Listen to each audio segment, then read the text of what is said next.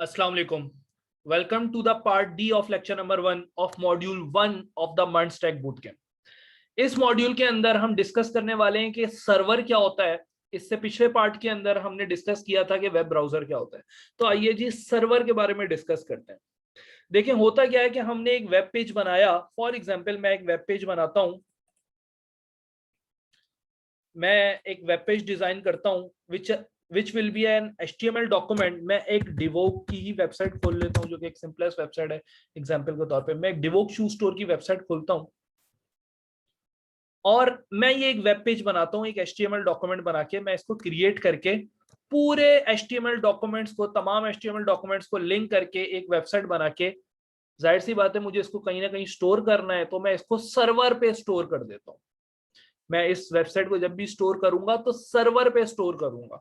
अब ये सर्वर क्या होता है, सर्वर के बारे में आप बेसिक लेवल पे हैं तो आप ये समझ लें सर्वर एक बहुत बड़ा कंप्यूटर है जिसके अंदर एक सॉफ्टवेयर इंस्टॉल हुआ हुआ है जो कि बहुत हाई मेमोरी का कंप्यूटर है, बहुत हाई मेमोरी का हार्डवेयर है, उसकी मेमोरी बहुत ज्यादा है, उसके अंदर एक सॉफ्टवेयर इंस्टॉल हुआ हुआ है और उसके अंदर दुनिया भर के HTML डॉक्यूमेंट्स पड़े, दुनिया भर की वेबसाइट्स के फाइल्स जो हैं, वेबसाइट की जो HTML फाइल्स हैं वो उस कंप्यूटर के अंदर पड़ी हैं।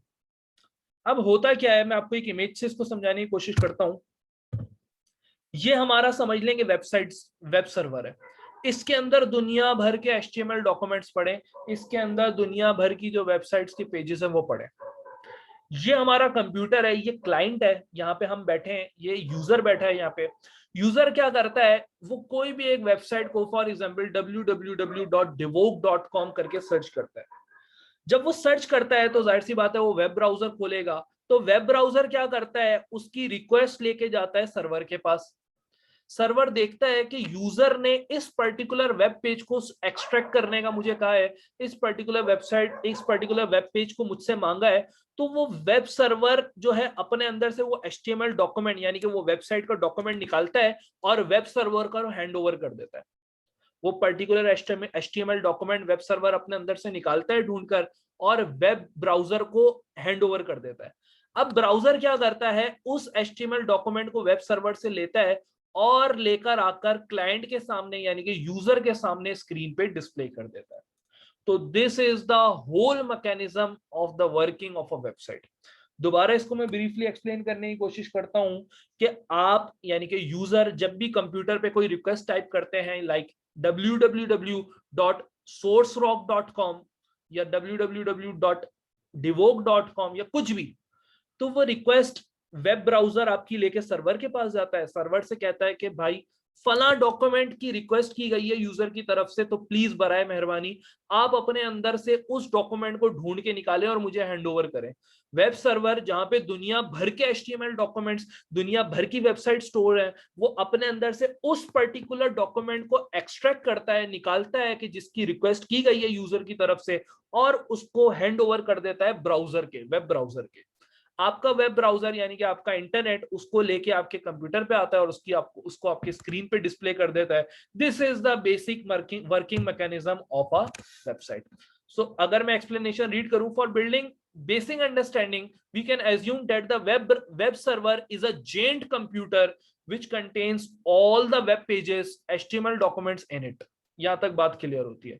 When a user request a particular web page, जब भी कोई यूजर एक पर्टिकुलर वेब पेज को रिक्वेस्ट करता है कि वो मुझे लाके दो, then the web browser goes to the web server। तो आपका जो वेब ब्राउजर है, आपका जो इंटरनेट है, वो उस वेब सर्वर के पास जाता है and request the server to provide him the required HTML document।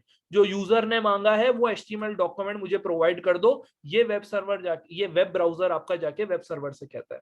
The web server listen to the request and provide him that document, and hence the web browser display that web page, means the HTML document, on the user screen। तो web browser उसकी request, web server उस browser की request को सुनता है, उसकी request पे वो पर्टिकुलर HTML डॉक्यूमेंट निकालता है और निकालने के बाद वो उस ब्राउजर को हैंड ओवर करता है और ब्राउजर उसे लाके आपके कंप्यूटर स्क्रीन पे डिस्प्ले कर देता है। This is the working mechanism of a website. अच्छा, web server is shortly usually known as server, whereas the web browser is shortly known as browser। Browser को कॉमनली जो आप इंजीनियर्स कहेंगे, engineers के जबान से आप ब्राउजर कहते हुए सुनेंगे, और वेब सर्वर को अमूमन सर्वर भी कहा जाता है। तो सर्वर के, मुझे उम्मीद है आपको कुछ कॉन्सेप्ट क्लियर होगा। Server is a large giant computer which is designed to store all the HTML documents. अच्छा जी, एक चीज जो हमें यहाँ पे समझने की जरूरत है वो ये कि एक टर्मिनोलॉजी वेब डेवलपमेंट की फील्ड में इस्तेमाल होती है, वो है client side language, client side या क्लाइंट। तो क्लाइंट क्या होता है? वेब डेवलपमेंट की टर्मिनोलॉजीज में क्लाइंट हम उस चीज को कहते हैं, उस बंदे को कहते हैं, उस इंसान को कहते हैं जो कि किसी भी HTML डॉक्यूमेंट को कंप्यूटर पे बैठ के एक्सेस कर रहा है। फॉर एग्जांपल, आप अपना वेब ब्राउजर खोलते हैं और आप www.devote.com या wikipedia.com लिखते हैं, तो आपका वेब ब्राउजर सर्वर पे जाएगा, उधर से जितने HTML डॉक्यूमेंट्स होंगे सर्वर आपका रिक्वायर्ड डॉक्यूमेंट ढूंढ के निकालेगा, आपके वेब ब्राउजर को देगा और आपका वेब ब्राउजर लाके उसको स्क्रीन पे डिस्प्ले कर देगा। तो आप इस केस के अंदर जो कि रिक्वेस्ट कर रहे हैं कि मुझे ये फला HTML पेज निकाल के दो, मुझे फला वेब पेज खोल के दो, तो इस केस के अंदर आप यूजर हैं या आपको क्लाइंट भी कहा जा सकता है। तो क्लाइंट का ये कॉन्सेप्ट है वेब डेवलपमेंट के अंदर। मुझे उम्मीद है कि वर्किंग मैकेनिज्म जो है वेबसाइट का आपको समझ आया होगा। इंशाल्लाह आगे फ्रंट एंड और बैक एंड की टर्मिनोलॉजीज को डिस्कस करते हैं लेक्चर नंबर 1 के पार्ट E के अंदर। Thank you.